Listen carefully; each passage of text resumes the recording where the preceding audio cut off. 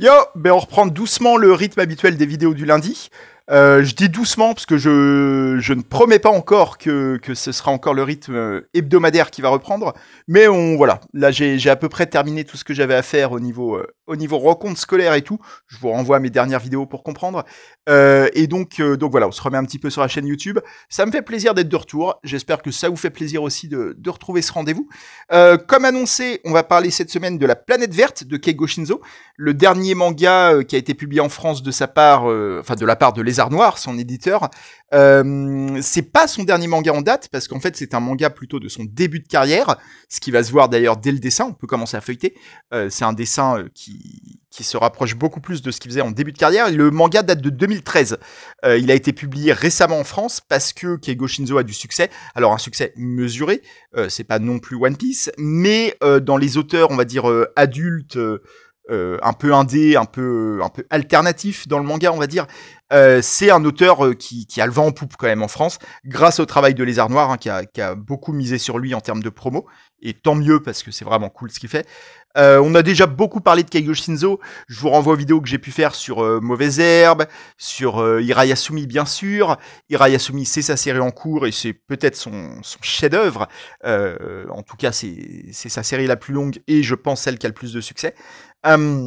Là, voilà, on est sur une histoire beaucoup plus simple avec la planète verte, beaucoup plus basique, ce qui pose des questions aussi. Alors, elle est très cool, mais ça ouvre tout un sujet qui est celui des œuvres secondaires, des œuvres mineures des auteurs. Donc l'histoire, c'est une histoire de SF, ce qu'on n'a pas trop vu chez Keigo Shinzo. Alors, Keigo Shinzo a une œuvre finalement plus compliquée qu'il n'y paraît, parce que c'est vrai que ses grosses œuvres, Hirayasumi, Mauvaise Herbe, sont des œuvres réalistes, mais il a aussi dans ses recueils de nouvelles, dans ses recueils de récits courts, qui sont quand même au nombre de 2, je crois, qui sont sortis en France, ce qui est déjà pas mal. Il y a des récits un petit peu fantastiques, et puis il y a Tokyo Alien Bros aussi, qui était un récit également de science-fiction. Alors c'était de la science-fiction très observation sociale aussi, c'est-à-dire que c'était cette fameuse ce fameux mécanisme qu'on connaît bien d'extraterrestres qui viennent sur Terre pour observer les humains, ce qui permet d'avoir une vision de l'extérieur de nos comportements humains. Donc c'était de la SF, mais de la SF très basée sur les humains quand même. Là, avec La Planète Verte, on est beaucoup plus sur de la vraie SF, puisqu'on va suivre ce mec que vous voyez là avec les cheveux décolorés qui s'appelle Takeishi, qui est un livreur spatial qui est tombé en panne au début du récit. Il est déjà en panne, c'est vraiment le tout début du récit, la panne. Vous voyez, les pages sont noires, donc c'est un flashback. Avec son collègue qui est à côté, que vous voyez avec les cheveux noirs, leur vaisseau a eu un problème. Leur vaisseau de Tournesol Transport, c'est leur entreprise. Et ils sont tombés sur une planète qui n'est pas sur les cartes, qui est habitée par une espèce de peuple d'hommes grenouilles, que vous voyez un petit peu partout là sur les pages, avec des têtes un peu bizarres, qui sont très sympas et qui les adorent. Et ils sont très bien accueillis, surtout Takeishi. Son collègue, en fait, est beaucoup plus paniqué à l'idée d'être tombé sur cette planète et a très envie de rentrer chez lui. Takeishi aussi, mais il est moins pressé, quoi. Il vit un peu la vie sur cette planète le temps qu'ils réparent leur vaisseau. Il est pas paniqué, quoi. Il a appris à vivre avec ces hommes grenouilles, avec qui il s'entend plutôt bien. Les hommes grenouilles sont vraiment fans de lui, notamment ce petit gamin qui s'appelle Ponzi, je crois, Ponzi, un truc comme ça. J'ai oublié son prénom, on va peut-être le retrouver. Mais voilà, ce gamin le suit partout, il est très fan de Takeishi.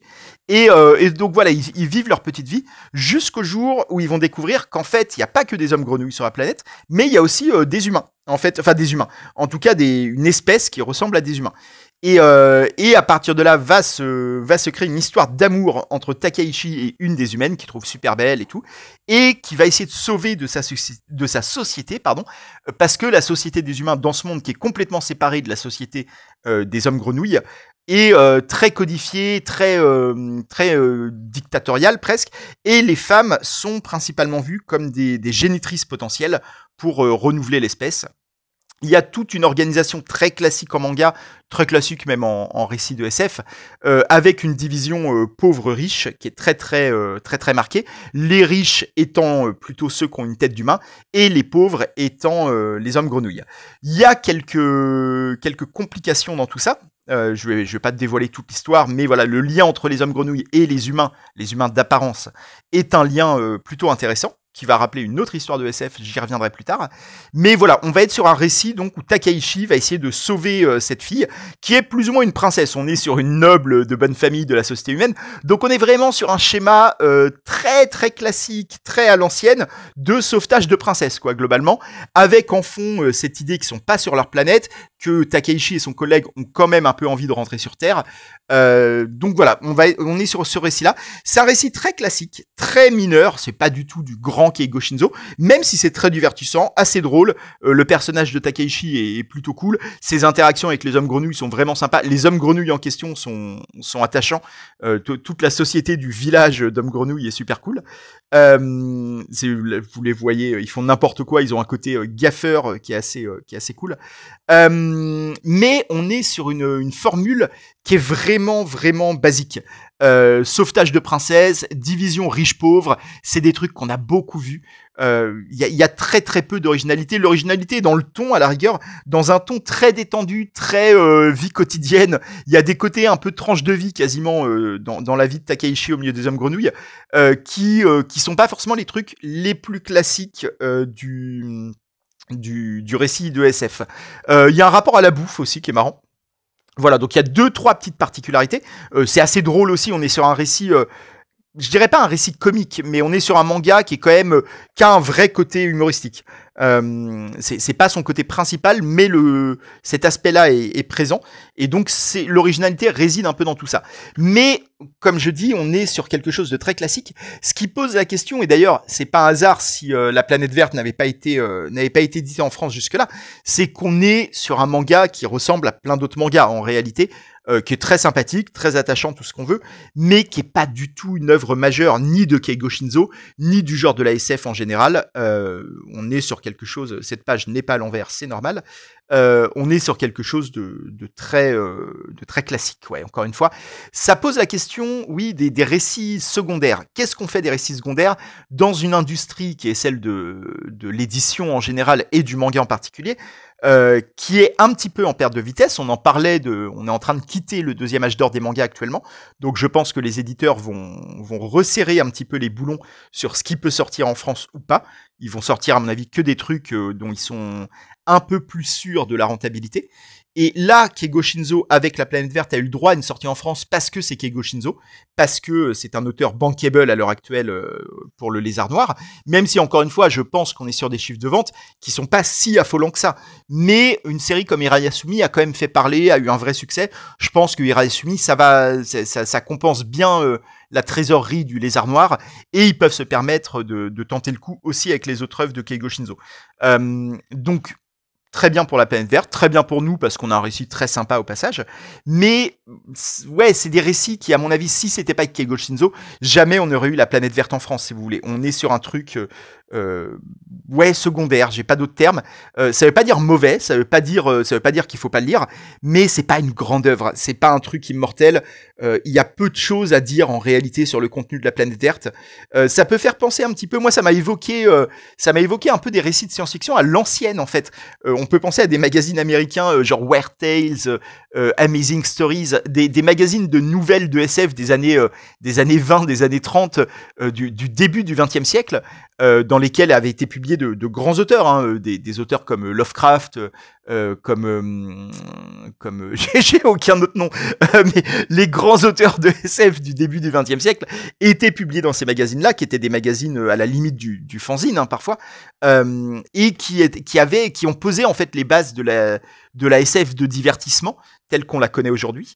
Et La Planète Verte se rapproche vachement de ça. Je trouve que c'est une SF humble, pas du tout prétentieuse. Alors heureusement, parce qu'elle ne propose pas de très grands concepts, hein, comme je disais, mais qui est du pur divertissement de science-fiction, quoi. Avec de l'espace, avec de l'exploration spatiale, de la rencontre de peuples extraterrestres, tout ça, mêlé à de l'humain, à du comique, à une petite histoire d'amour.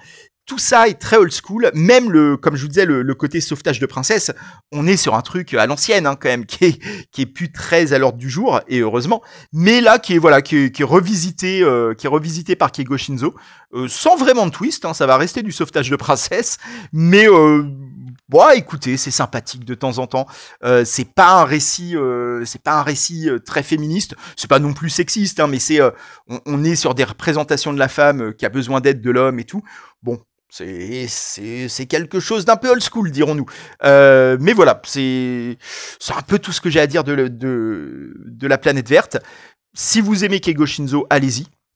Ça va pas révolutionner quoi que ce soit. Ça va probablement pas être votre œuvre favorite dans la bibliographie de Keigo Shinzo, mais c'est cool, ça complète un petit peu ses autres œuvres justement. Et puis c'est marrant de le voir sur un truc plus léger, plus divertissement assumé, quoi. Ce que sont moins ses autres œuvres, qui proposent plutôt une profondeur plus évidente, quoi. Là, la profondeur de la planète verte, elle est light. En termes d'influence et de choses auxquelles ça m'a fait penser, on peut aussi penser d'ailleurs, il y a un vrai lien. Je sais pas à quel point c'est assumé, parce que le lien est tellement présent que c'est peut-être une référence volontaire de la part de Keigo Shinzo, mais il y a un vrai lien avec la série d'animation Futurama, de Matt Groening, vous savez, le créateur des Simpsons. Voilà, vous connaissez Futurama, je pense. Il n'y a pas trop besoin que je vous parle de ce qu'est Futurama, mais qui parle aussi de livreur de l'espace. Donc on a un vrai lien. Et même le personnage a un petit côté Fry. Le Fry, c'est le héros de Futurama.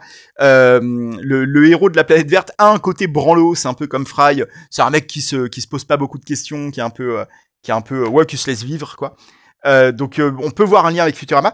On peut voir aussi un lien avec une série de science-fiction, de romans de science-fiction dont je vous ai déjà parlé, qui est la série du cycle d'Ender, qui commence avec la stratégie Ender, qui est le premier roman et qui est le plus connu, le plus culte. Il y a des points communs dans ce qui se passe dans la planète verte que je peux pas trop spoiler, sur le lien entre les hommes grenouilles que vous voyez sur la couverture, par exemple ici, et les humains, ceux qui ressemblent à des humains sur cette planète. Il y a un lien entre eux que je vais pas dévoiler, qui fait un peu penser à des éléments de la suite de la stratégie Ender, notamment le tome 2, La Voie des Morts, qui se passe sur une planète extraterrestre, et qui nous présente un autre peuple extraterrestre que vous devinez un petit peu ici.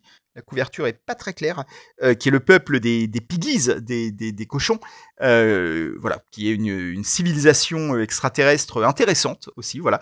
Je vous conseille hein, le cycle d'Ender, même l'auteur Orson Scott Card, pardon, a écrit quasiment, je crois, une vingtaine de romans dans l'univers de la stratégie Ender, et tous ces romans sont bien. Genre, c'est un des meilleurs cycles de science-fiction qui existent pour moi. Alors, l'auteur est un énorme connard. C'est une espèce de bigot homophobe américain un peu extrémiste. Mais bizarrement, ça se sent pas du tout dans ses romans, qui au contraire sont très progressistes et parfois un peu anti-religion. Ce qui est étonnant pour un mec qui, lui, a l'air complètement fanatique. Donc, apprendre peut-être acheter les d'occasion pour pas lui donner d'argent, mais c'est vraiment un très bon cycle de science-fiction. Et sinon, si vous cherchez d'autres mangas, mais il y en a plein, c'est un truc ultra classique avec cette division, cette société science-fictionnesque divisée entre riches et pauvres. Un des plus connus, c'est bien sûr Gun de Yukito Kishiro, qui est un manga cyberpunk extrêmement connu. Je vais pas vous faire l'affront de présenter Gun. Bon, quoique, ça se trouve, il y en a qui le connaissent pas. Mais qui est pareil, qui est sur une société très divisée entre classes sociales, même physiquement, c'est-à-dire que les riches vivent en hauteur, les pauvres vivent en bas, vivent dans les bas-fonds. Je me suis d'ailleurs inspiré de ça moi-même pour une série de romans que j'ai écrits, à savoir la trilogie Colonie Kitej, dont voici le premier tome tout entrée définitive, qui est une série de cyberpunk très pulp. Moi, c'est des romans que j'aime beaucoup, dont je suis très fier. Je vous laisse un petit peu la quatrième de couve si vous voulez la lire. C'est des espèces d'histoires à la Batman, mais en version comique. Enfin, comique. En version, en tout cas, ouais, il y a un petit côté comique, hein, je pense quand même, dans ces romans. Et dans l'espace, sur une planète, sur une colonie spatiale. Il y a 3 romans en tout. 3 romans et 2 recueils de nouvelles. J'en suis très fier, mais ils ne sont plus en vente. Voilà. Parce que l'éditeur a fait faillite récemment et donc vous pouvez plus vraiment trouver ces romans. Je crois qu'ils sont encore un peu sur Amazon. À mon avis, on est en zone floue d'un point de vue légal. Je pense que si vous les achetez sur Amazon actuellement, je ne toucherai jamais d'argent là-dessus. Ça me dérange pas, achetez-les si vous les voulez. Les recueils de nouvelles sont dispo en téléchargement gratuit sur mon blog. Il y a le lien en description si ça vous intéresse. Voilà, c'est des romans que j'aime beaucoup. Les romans et les nouvelles. N'hésitez pas à aller lire les nouvelles si vous voulez. J'ai pas mis les nouvelles en téléchargement gratuit parce que Enfin, les romans, pardon. J'ai pas mis les romans en téléchargement gratuit, alors que j'en ai le droit, vu qu'ils ne sont plus édités, que l'éditeur n'existe plus. Mais je me dis, je vais peut-être tenter de les reproposer à un autre éditeur bientôt. Je vais peut-être tenter de les ressortir quand même. C'est dommage parce que c'est des romans que j'aime vraiment beaucoup. Donc, c'est un peu con de les laisser pourrir dans les tréfonds des livres qui n'existent plus. Et il y avait cette division un peu comme dans Gun, d'une société en étage. En fait, c'est une ville qui est dans un cube et qui est organisée en étages dans Colony Kitej. Et évidemment, les étages les plus bas sont habités par les pauvres et les plus hauts par les riches. Vous connaissez. Autre manga bien connu, avec une division riche-pauvre géographique, c'est évidemment l'Attaque des Titans. Je vous renvoie à la vidéo qu'on avait faite dessus. Un des mangas les plus populaires de ces dernières années, et je trouve que c'est tout à fait mérité. Dans les gros mangas de ces dernières années, c'est vraiment celui qui m'a le plus plu, moi. J'adore l'Attaque des Titans, je trouve que c'est magistral. Je n'ai pas forcément un avis aussi dithyrambique sur d'autres gros mangas, mais l'Attaque des Titans, c'est trop cool. Voilà, on est sur des choses qui ressemblent un peu sous certains aspects. Ça ressemble pas vraiment à la Planète Verte, hein. Si vous aimez l'Attaque des Titans, ça veut pas dire que vous aimerez la Planète Verte, c'est des mangas très différents, mais il y a des thèmes un petit peu similaires. Voilà. La Planète Verte, comme je disais, un Keigo Shinzo très mineur, un manga très mineur, mais ça ne veut pas dire que ça vaut pas le coup d'être lu. Je vous montre un petit peu Ronnie en même temps. Hop, yes, j'arrive à cadrer tout le monde. Lisez-le si vous avez envie d'un petit divertissement. Ça va vous rappeler peut-être des petites nouvelles de science-fiction, des trucs. On est sur un manga léger, quoi, sur un manga qui est axé sur le divertissement, qui cherche juste à faire passer un bon moment. Et je trouve que c'est une ambition plutôt cool pour une histoire. Mais ça pose la question, c'est un peu le thème de fond de l'existence de la Planète Verte dans le paysage français, dans le paysage éditorial français. C'est quel est l'avenir pour ces petites histoires-là. C'est un truc, même en tant qu'auteur, sur lequel je réfléchis, parce que parfois, en fait, on écrit des histoires dont on sait foncièrement, nous-mêmes, auteurs, on sait que c'est pas l'histoire du siècle, que ça va pas être notre meilleur livre, mais qu'on l'aime bien quand même, il est sympathique, et on pense que ça peut être un chouette divertissement. Mais c'est vrai qu'on est sur un secteur, la littérature ou le manga, où les places sont chères, quoi, en fait. Et chaque manga qui sort est un pari économique, est un pari en termes de réception. Et ça peut dissuader un éditeur de sortir un truc dont il n'est pas 100% sûr, un truc qui n'est pas potentiellement le futur grand hit, quoi. Et je trouve ça, il y a une certaine tristesse là-dedans, de se dire que les éditeurs et les artistes et le public, en fait, un peu tout le monde, est constamment à la recherche d'œuvres, de mangas, de séries, de films, de livres, de tout, qui seraient tout le temps des chefs-d'œuvre. Je trouve que c'est cool aussi que le paysage artistique soit fait d'œuvres plus mineures, d'œuvres qui n'ont pas vocation à devenir cultes, mais qui ont simplement vocation à faire passer un bon moment. Les journées sont longues, la vie est longue, et on a besoin aussi de petites œuvres, parfois, juste pour nous accompagner quelques heures. La Planète Verte, vous allez lire les 4 tomes. Je sais pas si j'ai dit que c'était en 4 tomes, mais vous l'avez vu de toute façon. Vous allez lire les 4 tomes en quoi? En 2-3 heures. Et c'est cool, parce qu'en fait, c'est 2-3 heures agréables. Voilà. Je n'ai pas tellement de plus de trucs à dire. Je crois que je vous en ai déjà un petit peu parlé. Merci à tous. On se retrouve la semaine prochaine avec un autre manga. Je ne sais pas lequel. Ah, en fait, si, je sais lequel. Mais vous verrez la semaine prochaine. Je vais pas vous le dire. Je vais vous laisser avec Ronnie. Ciao tout le monde. J'envoie une balle à Ronnie. On va voir s'il réagit. Il réagit un peu, mais pas vraiment. Allez, à la semaine prochaine. Prenez soin de vous. Ciao.